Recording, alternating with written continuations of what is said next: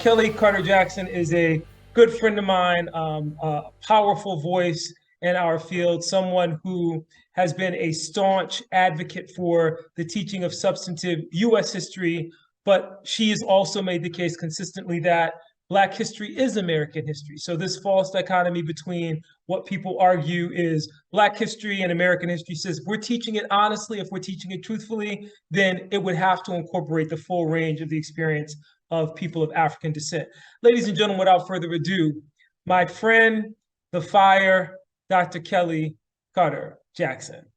Okay, there we go. Hi. Thank you so much for having me. Thank you, Terry. Thank you, Uhuru. This is an awesome, awesome experience to be here in Florida with you doing the good work. I think about the fact that Frederick Douglass would be in Florida right now. Harriet Tubman would be in Florida right now. And it just feels really good to be in this space and to be connecting with, everyone who is live streaming with us.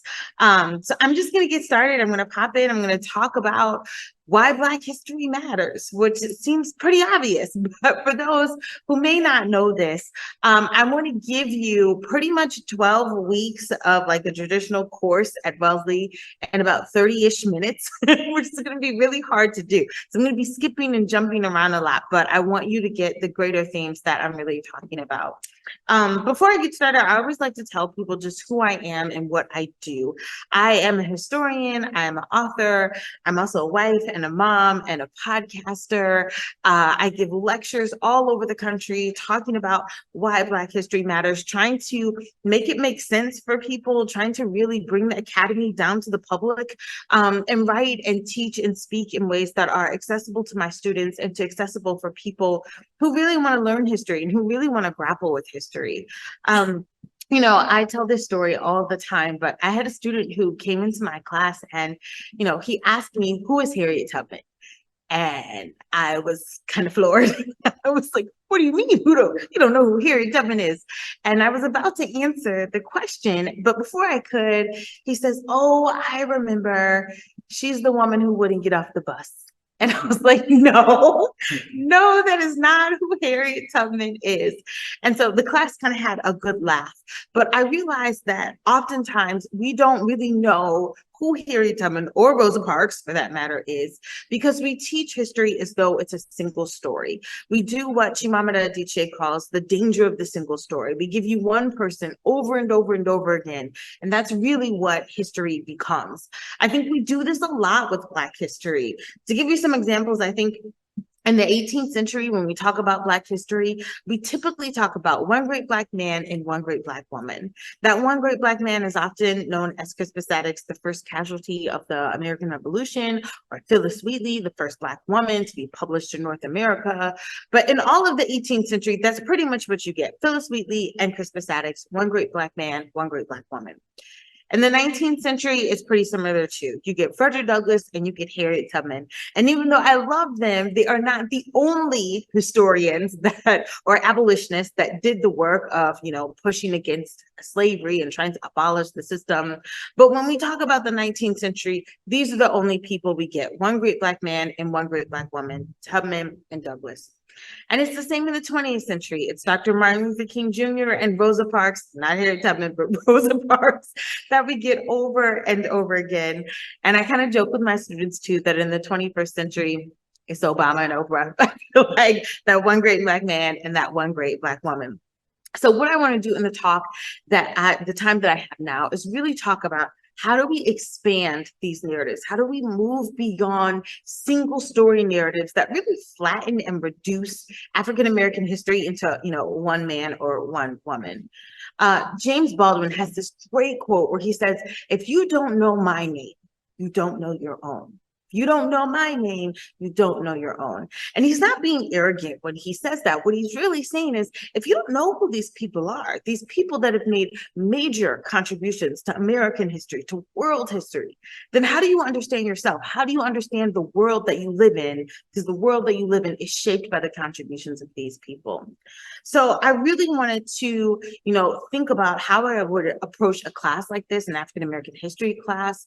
And I thought about this tweet that stuck with me. The tweet said this: It said, white privilege is history taught as a core class, your history taught as a core class, white history, and my history taught as an elective. White history taught as a core class and Black history taught as an elective.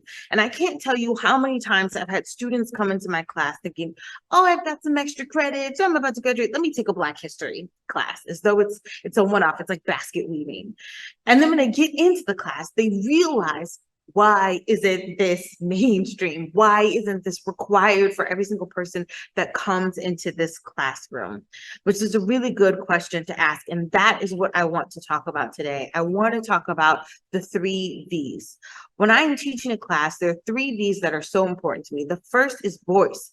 How do we give voice to people who have been silenced, who've been erased, who've been left out of the narrative?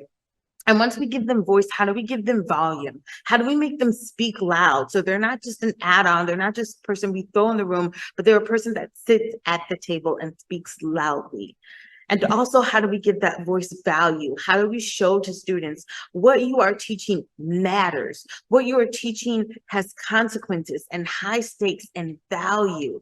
So this is what we're going to be covering when I give this lecture on Black history. Oftentimes when I teach as well too, I talk about perspective. Perspective is everything. You can't just start a story somewhere in the middle, somewhere at the end, in the beginning. Every starting point has a political intention behind it.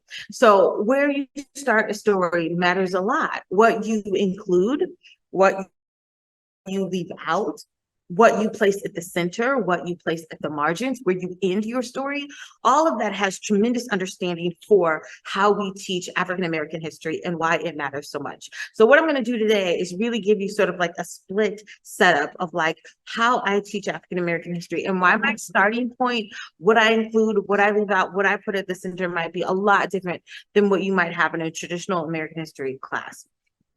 So when I start Black history and I teach a class that goes from the slave trade to the Civil War, I don't start with slavery. I don't start with kidnappings. I don't start with Europeans coming over into, West Africa and stealing men, women, and children. I don't start with kidnapping. I start with kingdoms. That's right. I start with the great kingdoms of West Africa. We look at Ghana and Mali and Songhai. We look at great leaders like Sundiata Keita and Mansa Musa. These were people that changed really the course of African history as we know it. These were leaders that had sophisticated societies, wealthy societies. If you see right here, this is actually a picture of Mansa Musa sitting on his throne, and he's not holding a ball that is a golden nugget, a giant golden nugget to represent the wealth of his empire and the wealth of his kingdom. And I do this because I want students to understand that before Europeans even get to Africa, there are civilizations, there are societies, there's trade that's happening. There are major religions that are having pilgrimages all the way to Mecca. There's so much exchange that is taking place before Europeans even get there. I like to tell my students about Mansa Musa also because, he's the richest person that ever lived. This is according to Forbes magazine, y'all. So I think that knowing the richest person that ever lived was both Black and African should change our perspective in a lot of ways. It should make us rethink what we know. What's incredible to me about Mansa Musa is that when you think about wealth, Jeff Bezos, Amazon, he's got about 192 billion in the bank. You think about someone like Elon Musk, $247 billion to his wealth. But Mansa Musa had $400 billion in his coffer. He was known as the richest person that ever lived. He actually gave a pilgrimage to Mecca, and he gave away so much gold that he devalued the price of gold for the next 25 years. Like, he was literally, you get a gold nugget, you get a gold nugget, everybody gets a gold nugget. That's who Mansa Musa was. And my students marvel when they get this history of him because it's not something that they have been taught traditionally when he makes this great pilgrimage. I also tell them, there's a story that that you've probably been told over and over and over again, and you just never knew that you were getting African history when you got this story. I tell my students about the story of the Lion King. Most people have seen the Lion King, whether it's the musical or the animation, Disney film. But Sundiata Keita was based after a real person. You know, Sundiata Keita was known as the Lion King, and he was known as this great leader who really led his kingdom into a renaissance, into a whole cultural revival for West African people. So when I'm moving my class along forward, I think oftentimes when we start talking about the kingdoms and then we start talking about the slave trade and we get to what becomes the United States, I think the traditional path is to talk about pilgrims, to talk about Boston, to talk about a city on a hill, New England, people fleeing religious persecution. But I think if you're going to tell the story of the United States, you have to start in Virginia. Virginia is where everything starts in the country. It is where you get tobacco, what a lot of colonists called green gold. It's what made everyone wealthy. And it's no surprise that everything takes place in Virginia, in the foundation of this country. Virginia becomes the proverbial Simon Says of the colonies. Everything that happens in Virginia goes throughout all of the colonies, and especially slavery. Slavery was in every single colony in the United States. I tell my students we have to start with Virginia because it's not just about the wealth of Virginia, but also the politics of Virginia. It should not surprise us that 4 out of the first 5 presidents hailed from Virginia, and 4 out of the first 5 presidents also owned slaves.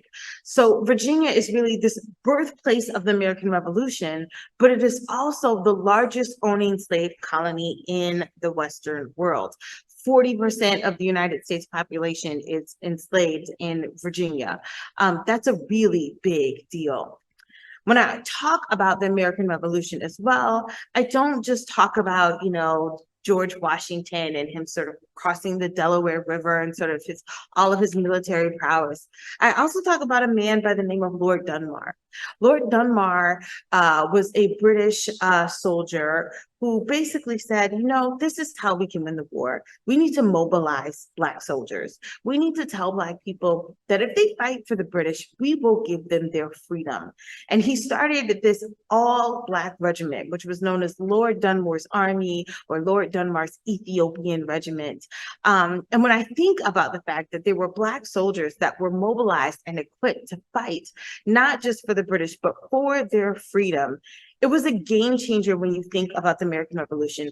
George Washington was unwilling to let Black soldiers fight. He was adamantly against it. And then he realized that he had made a tactical mistake, not a moral mistake, but a tactical mistake. He says this in 1775. He says, if that man Dunmore is not crushed before the spring, Washington's writing, he will become the most dangerous man in America. And this is key. Success will depend on which side can arm the Negro faster. Success will depend on which side can arm the Negro faster. That to me says that when you think about the American Revolution, when you think about the victory that led to the creation of the United States, we have Black soldiers to credit for that. Black soldiers who fought and helped win this war for George Washington and all of the American patriots.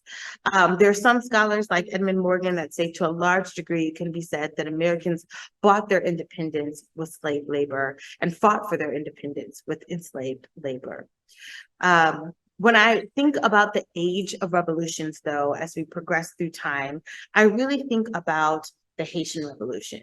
I think oftentimes when we think about the age of revolutions, we think about the United States, we think about France, we think about liberty, equality, all of that fraternity.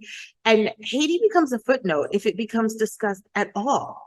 But out of all of the Western Hemisphere, Haiti is the only nation to fight a revolution, to win its revolution, and abolish slavery at the same time. So when we think about what this island nation did, this island nation of Haiti that is smaller than the state of Vermont, more mountainous than the state of Vermont, and yet they were effectively able to overthrow a European power. And this is a great quote by Napoleon where he says, damn sugar, damn coffee, damn colonies. He got bested by Black people. He got bested by people that had been formerly enslaved. And this small little island nation that was known as Saint-Domingue becomes the first independent Black nation in the Western Hemisphere, known as Haiti. On January 1st of 1804, Saint-Domingue becomes Haiti, the first Black independent nation.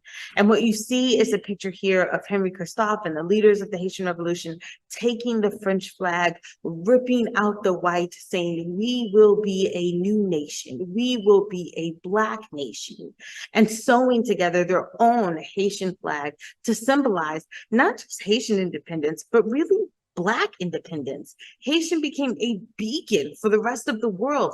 Their revolution in the Caribbean set off waves of slave revolts and rebellions all throughout Jamaica and Cuba and Brazil and even the United States.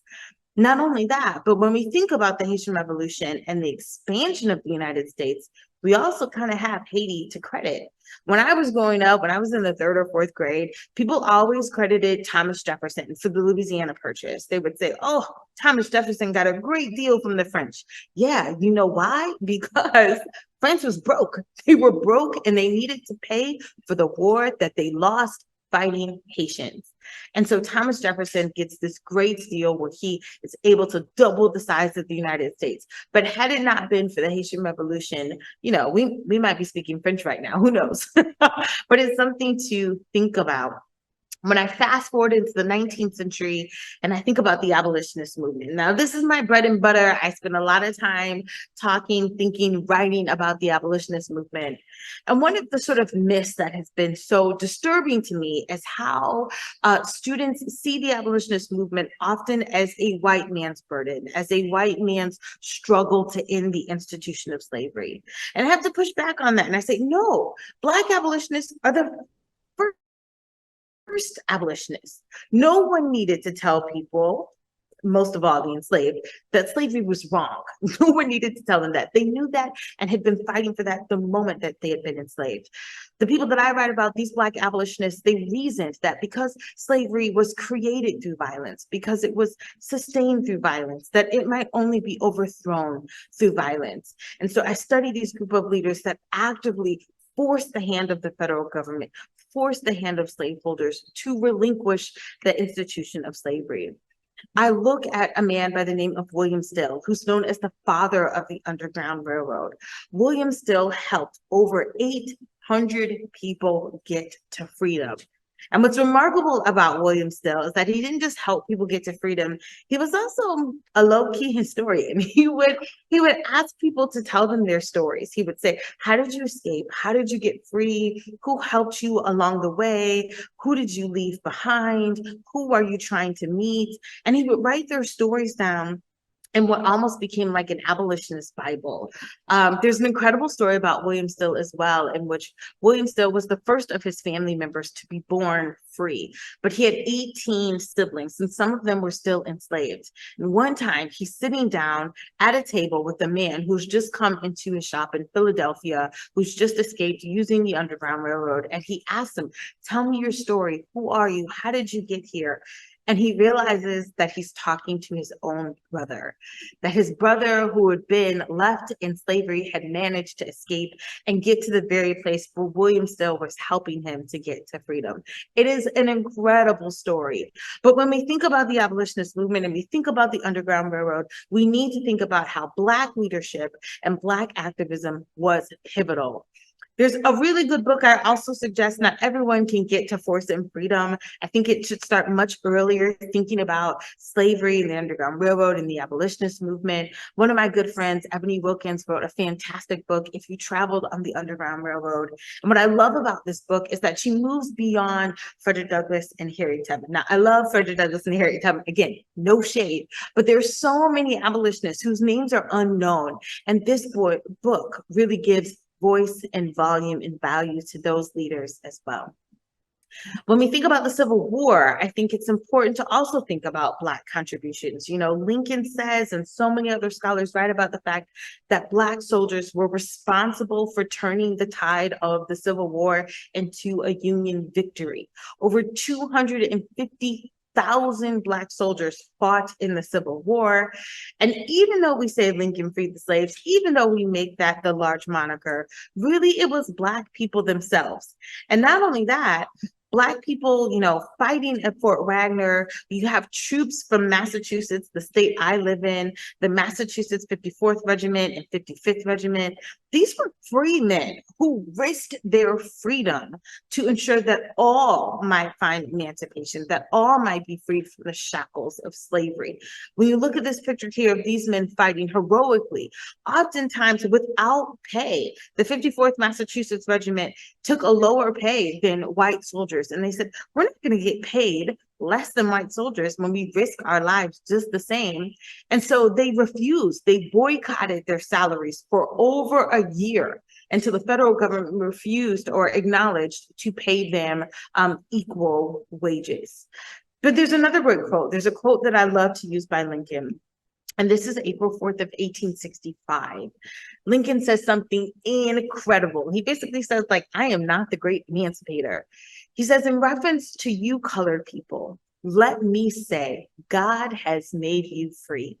Although you have been deprived of your God-given rights by your so-called masters, you are now as free as I am.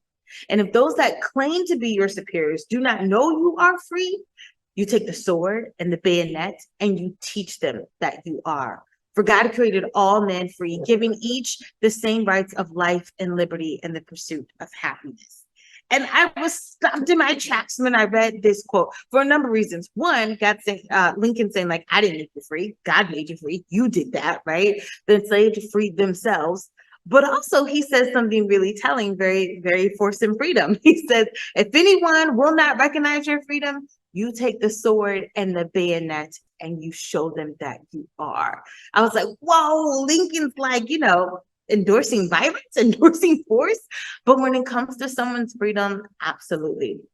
So as we move forward after the Civil War and we think about Reconstruction, this is a period in American history that gets no love. Like somehow we do the Civil War and then we skip forward to the Gilded Age and the Great Depression. I don't know why we skip over Reconstruction. It is one of the richest periods in American history. It is one of the most progressive periods in American history. Most of my students are stunned when they find out that during Reconstruction, there were over 1,500 Black elected officials, 1,500, many of them who had been formerly enslaved. Nowhere, and let me say this again, nowhere in the Western Hemisphere do you get people who have been enslaved and within one generation, within several years, they are holding elected office. They are holding political positions. And they are doing it with great efficacy. They are changing the country and putting it on a road to prosperity. This is a great quote by Thomas Miller of South Carolina. And really, he's talking about when we were 8 years in power, he's talking about these 8 years of Reconstruction in which you had Black voting, Black men voting, and Black men leading, and Black men having influence over the places that they lived. He says, we were 8 years in power. We built schoolhouses, established charitable institutions, built and maintained the penitentiary systems, provided for the education of the deaf and the dumb, rebuilt ferries. In short, we had reconstructed the states and placed it on the road of prosperity. Public education comes through Reconstruction. Voting for men comes through Reconstruction. Citizenship comes through Reconstruction. The abolition of slavery comes through Reconstruction. Roads and hospitals and public health departments are a result of Reconstruction. But Du Bois has this quote, which is even more telling. He says, if there was one thing that South Carolina feared more than bad Negro government, it was good Negro government. What is he saying? One thing the government fears more is not bad Negro government, but good Negro government, because good Negro government proved the myth of white supremacy to be a lie. Because white people got in office and, they were corrupt and they were shenanigans, then they could say, of course, see, we should have never freed them. But within a generation, we saw all of this growth, all of this progressive change. It infuriated white Southerners. It let them know that what they were doing was not only wrong, but a lie, that white supremacy had no bear. There was nothing about whiteness that was supreme if you could be enslaved and accomplish this in such a short amount of time. So you see a backlash, but you also see progress in the midst of those backlashes. Schools, banks are being started at this time. You have people who are really trying to progress the race as much as they possibly can. Black success defied white supremacy. Black success defied white supremacy. So as we move into the 20th century, we go from this period of slavery to segregation, and a lot happens when on the road to the 20th century. When we're thinking about the 20th century, we see major cases like Plessy versus Ferguson. Right on the brink of the 20th century in 1896, the Supreme Court voted, we are going to have everything be separate but equal. Of course, none of this was equal. This is John Justice Marlin, who was the one dissenter in this Supreme Court case.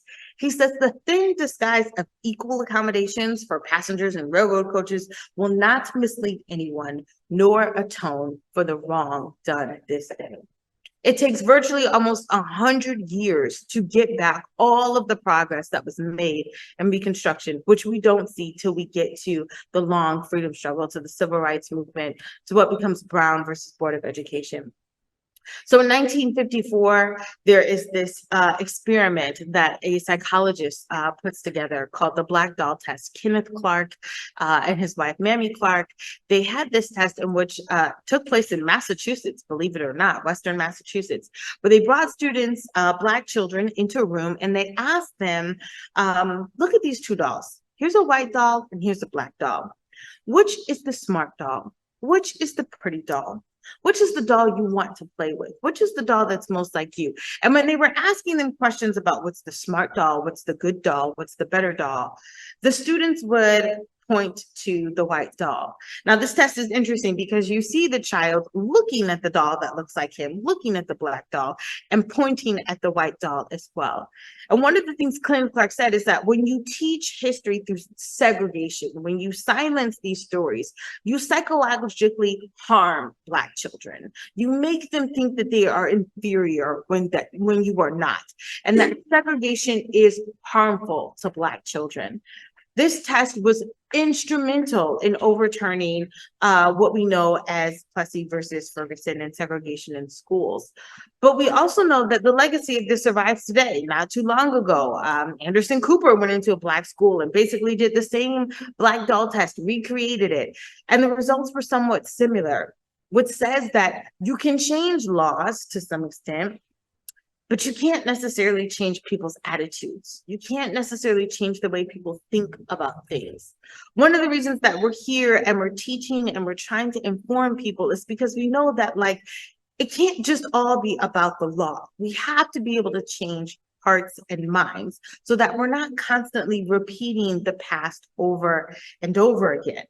I also want to push back on the idea that, like, Florida is not alone, that sometimes the North seems to think that it has this moral superiority about, having progressive schools. But if you look in my hometown of Boston, 1976, they weren't too happy about integration either. The busing crisis that took place in Boston was radical and it was violent, just as violent as some of the integration tactics that took place in Little Rock, Arkansas. So no one should be on a high horse. I think that's really clear when we think about what is going on in the country. Florida is no better than what's happening in Illinois and what's no better than what happened in California. Racism is a national sin. So I want to sort of start to wrap up and close. I'm thinking about, the time, and I don't want to take too much time, but I want to give you some statistics that I think will round out the 20th century pretty nicely, and really give us context for why this history is so important. When we think about these statistics, and I'm just going to pull them all up now, in New York and in northern New Jersey, fewer than 100 of the 67,000 mortgages insured by the GI Bill supported home purchases by non-whites. What does that mean? It means that after World War II, when veterans, millions of them, were returning back to the United States, and they had an opportunity to take advantage of the GI Bill, which allowed people to buy their first home with no money down, to attend college and have it all paid for. Those benefits did not go to Black people. They did not go to Black people in large or significant ways. Fewer than 100 of the 67,000 mortgages. And this is in New York and New Jersey, right? We're not talking about Alabama and Mississippi, but in states that were thought to be progressive. Discrimination continued throughout elite Northern colleges as well. The University of Pennsylvania, along with Columbia, was known as the sort of least discriminatory Ivy League colleges. They enrolled only 46 Black students. Its student body, they had a student body of 9,000 in 1946, and only 46 Black students were enrolled.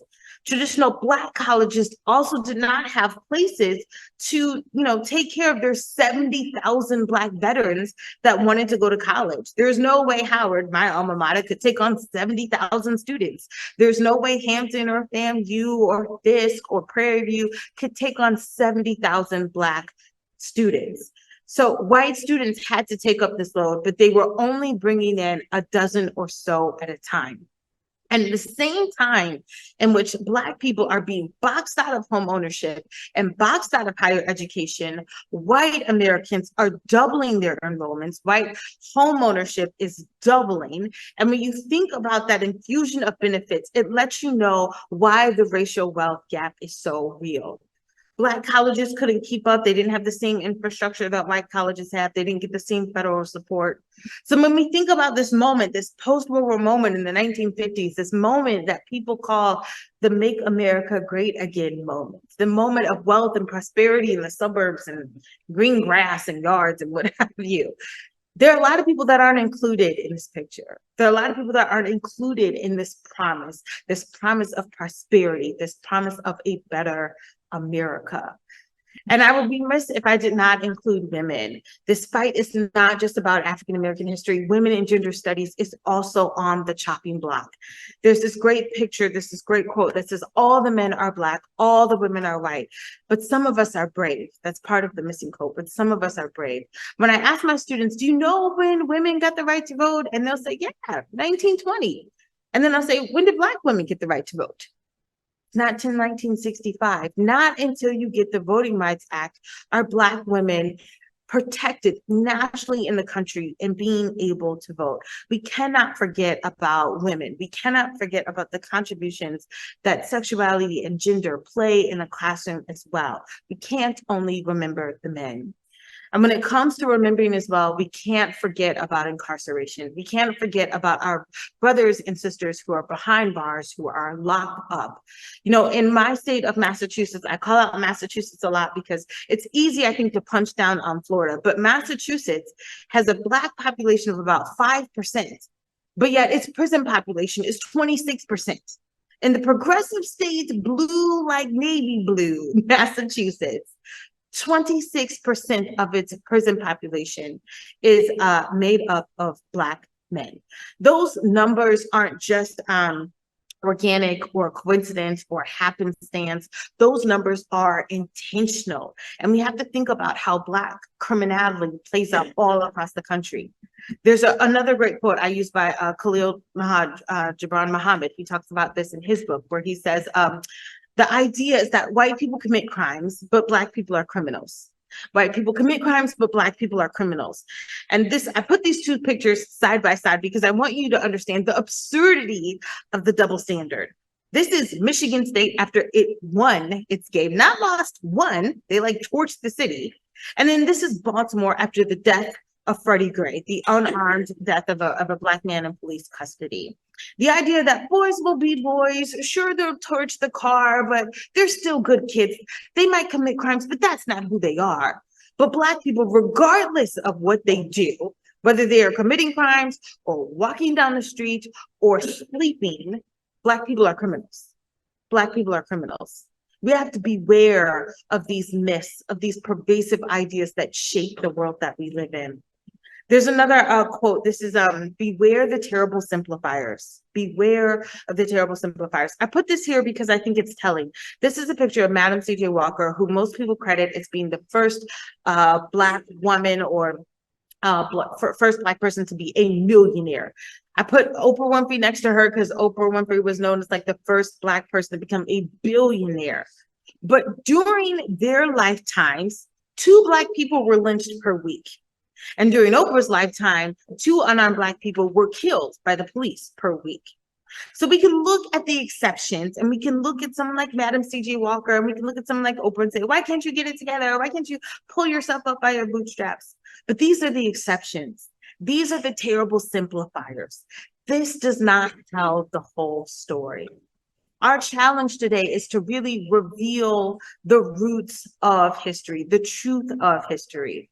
Trio says the ultimate mark of power may be its invisibility, but the ultimate challenge is the expulsion of its roots, the exposition of its roots. I also pulled from a great quote from Stephanie Camp. She says, Black history doesn't just add to what we know, it changes what we know and how we know it. Let me say that again. Black history doesn't just add to what we know. It's not just salt or pepper. It changes what we know and how we know it. It is part of the recipe. It is essential to the recipe that makes up the United States. So I said I'm going to close, and I am. These are the last two slides. And I want to encourage you. My encouragement comes from a quote from Zora Neale Hurston. In this quote, she says, I am not tragically colored. There's no great sorrow dammed up in my soul, nor lurking behind my eyes. I do not mind at all. I do not belong to the sobbing school of Negrohood who holds that nature somehow has given them a low-down, dirty deal, whose feelings are all but about it. No, I do not weep at the world. I'm too busy sharpening my oyster knife. And I love that about Zora Neale Hurston. I love that she loved being Black. I love that she did not see her Blackness as a problem, but saw racism as a distraction from the things that she wanted to do, from the things that brought her joy. Do not be distracted by the things that Ron DeSantis is trying to do. He is trying to steal our joy, to make us feel bad about being Black, but we are not tragically colored. The last slide I want to have is a slide from a good friend of mine, Charles McKinney, who is a professor at Rhodes College. And he says something that just stumped me. This was a Facebook post, a few years ago. He says, we are not the history of fighting. We are not solely the history of fighting white folks. That's not who we are. We are double Dutch in the summer. We are letting out the air of Big Mama's house. We are Uncle Ray's jokes on top of jokes. We are collards and second lines and blue lights in the basement. We are swagger in the midst of chaos.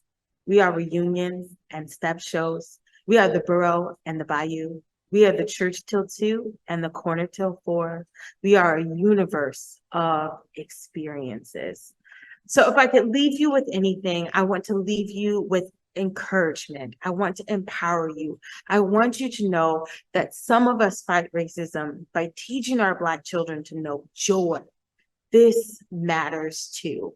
So as you fight, as you resist, as you mobilize, as you vote, hold on to your joy. Seek your joy. Do not let people rob you of the beauty and the joy that is Blackness. Thank you.